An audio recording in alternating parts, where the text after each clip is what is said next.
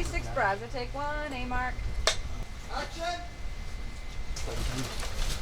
Of course, when I was a young person, I loved everything from Jules Verne. So being able to be a part of Journey to the Center of the Earth, which was one of his more fantastic ones, it was very appealing to me.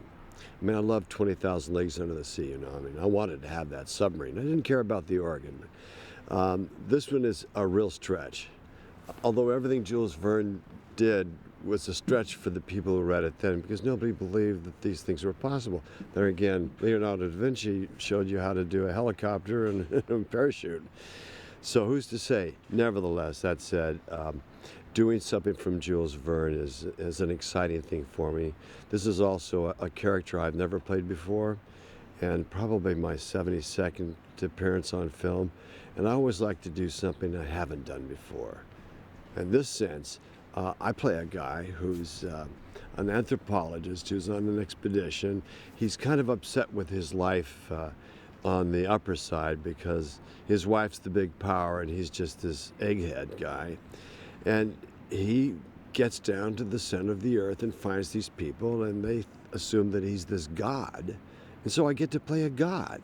Not only is this a different character and a Jules Verne piece, I also get to play a god. Now this is hard to beat for an actor to come in, not play a role. I've never played a god before. And I sat on a throne, and my daughter had said to me before, Dad, because it was some other role and a part that I wasn't sure I wanted to play, Dad, anytime you get to sit on a throne, take the part. So I said, you bet, you know, it's Jules Verne, I play a god, I get to sit on a throne, and who can ask for more? I'm an employed actor on top of that, so this is really cool. Frame! Frame! Ricky and I have been working before. This is our second gig together, and I know Ricky from other areas. He directed a film, and I was a mentor to that subject, that particular project, in the sense that I got it shown in this special film festival in Montana. So Ricky, working with Ricky is a gas to do it again so many years later. We worked in 1984, so being able to do it again with him is fun, and that's kind of touching base with friends. And when you get to do that, like working with your favorite cameraman or working with another director, that's always kind of cool. So getting a chance to work with Rick I looked forward to that, and I've not been disappointed, although he's working under pain because he hurt himself in the first day doing it.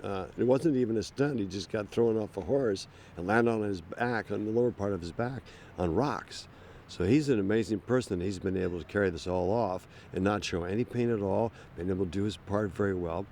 So basically, you know, we're running it together, and we're running and gunning. We have a very short schedule and a lot to do within that schedule. So given the hardship of that part of the shoot and everything, I'm very impressed with Rick's ability to raise above his pain.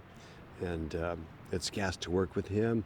And Victoria, I've not worked with before, and she's a lot of fun. She's very funny, so she starts getting the energy up in the morning, which is something I try to do by getting totally outrageous. You know, not high maintenance at all, just totally outrageous, making everybody laugh. Gets energy up, you know. And we're running around, it's damp in the forest, and it's cold, and it's rainy. You can hear me talking and rolling. But to tell you the truth, it all adds to an essence of this film. It really makes it look good. And I've seen it a few times. I've been able to get back in the viewing tent where they have the screen, the scene we're shooting. Wow, it is beautiful. This is going to impress the audience tremendously. In high definition, to see this stuff, it's just dramatic. It really looks like it's in a different world, which is necessary.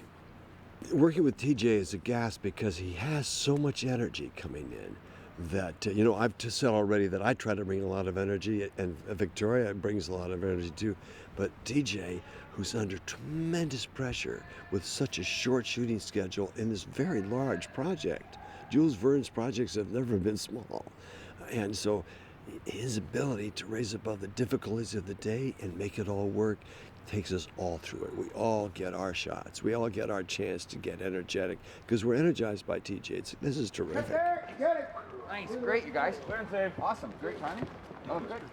This is a movie with a lot of action, you know, and you know, there's some romance and certainly a lot of adventure, and that's always fun to do.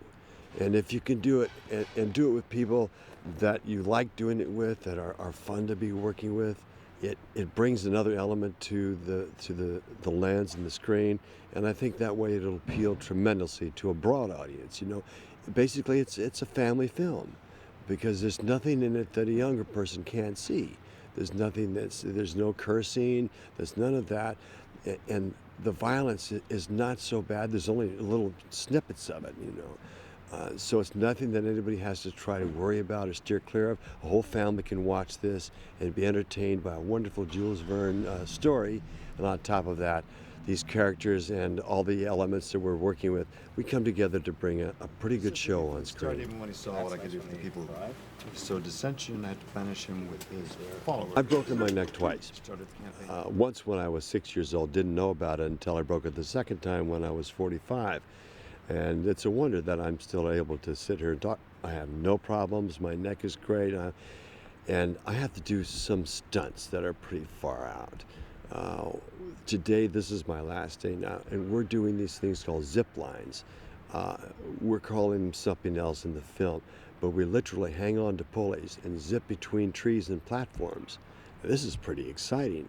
But fortunately, my neck doesn't bother me. It's just I hope the cable doesn't give way because I'm rigged to run for it. But, you know, I've got these pistols that'll be hanging in my belt and this dynamite in a bag and all that. It's not real dynamite, of course, but we have to make it look like I'm being careful. But it works. It'll be a lot of fun. Being able to do everything that I've just said about, you know, this kind of work, it does play into the character I am. And it gives me the energy to pull this character. Really short amount of time I've had to pull all this stuff off.